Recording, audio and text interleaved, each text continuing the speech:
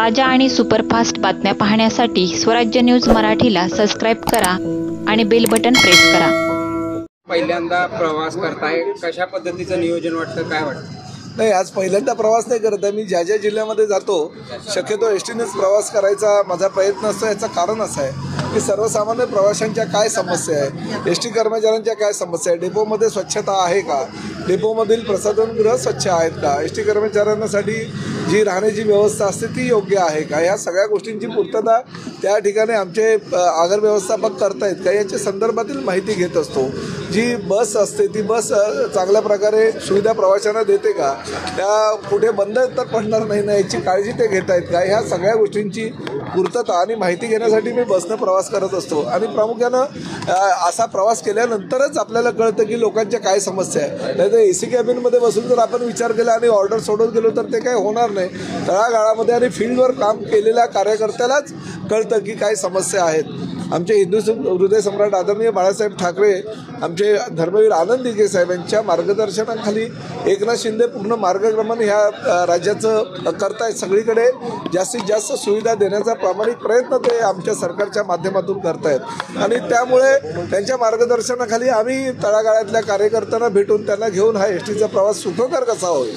आणि प्रामुख्यानं गाव तेथे एसटी, पण माझी संकल्पना आहे की पाडा तेथे एसटी, म्हणजे एसटी वर्गामध्ये एसटी पोहोचली पाहिजे। म्हणजे शेड्यूल ट्राब हा वर्ग जो आहे, आदिवासी वर्ग जो आहे, त्या आदिवासी पाड्यांमध्ये जेव्हा माझी बस पोहोचेल आणि त्यांना त्या सुविधा मला देता येईल त्याच वेळेस मी एसटी ह्या डिपार्टमेंटचा मंत्री आहे याचा मला अभिमान वाटेल। सोलापुरात तुम्ही पाहणी केली, कशा पद्धतीची पाहणी वाटली, काय कमी बघा काय होतं, काही दौरे पूर्वनियोजित जे केले जातात त्या दौऱ्यांमध्ये वेळ मिळतो कर्मचाऱ्यांना आणि अधिकाऱ्यांना स्वच्छता ठेवण्याची किंवा काही त्रुटी ज्या असतील त्या त्रुटीची पूर्तता करण्याची। त्यामुळे अचानकपणे जर दौरा केला तर त्या त्रुटी ज्या आहेत त्या आमच्या लक्षात येतात। आजच्या दौऱ्यामध्ये स्वच्छतागृहाची सुद्धा व्यवस्था चांगली होती।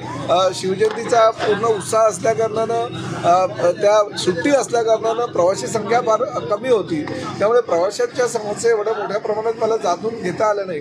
परंतु शेवटी प्रत्येक डेपोमध्ये गेल्यानंतर मला प्रवाशांच्या ज्या समस्या त्या सारख्याच वाटल्या। म्हणजे बसेसची कमतरता, त्याचबरोबर डेपोची अस्वच्छता, प्रसाधनगृहाची अस्वच्छता, पाण्याची आणि खाण्यापिण्याची नियोजन योग्य प्रकारे नाही आहे, वाहतूक फार खोळंबल्यामुळे फार मोठ्या प्रमाणात उशिरानं बसेस येतात, उशिरानं सुटतात, अशाच काही मोठ्या समस्या प्रत्येक ठिकाणी मला आढळून आलेल्या आणि त्याची कशी काय लवकरात लवकर पूर्तता करता येईल यासाठी मी प्रयत्न। तुम्ही गुजरातला जाऊन आला, तुम्ही परवा त्या गुजरात दौऱ्यामध्ये तुम्हाला काय जाणवलं की महाराष्ट्रात काय सुधारणा करण्यात नाही? बघा, मी कर्नाटकमध्ये सुद्धा गेल्या महिन्यामध्ये जाऊन आलो होतो, दिल्लीला मी 7 जानेवारीला होतो।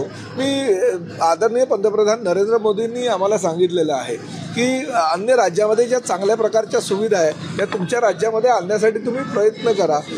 कर्नाटकमध्ये काही चांगल्या सुविधा आहे त्या आम्ही त्याची इम्प्लिमेंट करतो आहे। म्हणजे स्वच्छता त्या प्रत्येक बसेसची त्या ठिकाणी आहे, ओलोच्या चांगल्या बसेस आहे, लांब पल्ल्याच्या जास्त बसेस दिलेल्या आहेत, स्लीपर कोच दिलेले आहेत, अशा प्रकारच्या सुविधा कर्नाटकमध्ये आहे। तर गुजरातमध्ये सगळे जे एस टीचे डेपो आहेत ते डेपो झालेले नाही आहेत, ते बसस्टॉपच्या ऐवजी त्यांनी बस पोर्ट निर्माण केलेले आहेत। जसं सुविधा एअरपोर्टला किंवा एखाद्या मॉलमध्ये असतात तशा सुविधा त्यांनी देण्याचा प्रयत्न केलेला आहे। स्वच्छतागृह चांगलं आहे, मोठ्या प्रमाणात आहे, ड्रायव्हर कंडक्टर यांनी राहण्याची व्यवस्था त्यांनी केलेली आहे। एखादी जर रात्रीच्या वेळेस बसेस सुटली तर एखादा प्रवासी खोळंबू नये यासाठी त्यांना रात्रीची राहण्याची व्यवस्थासुद्धा 250 रुपये घेऊन त्या डेपोमध्ये केलेली आहे।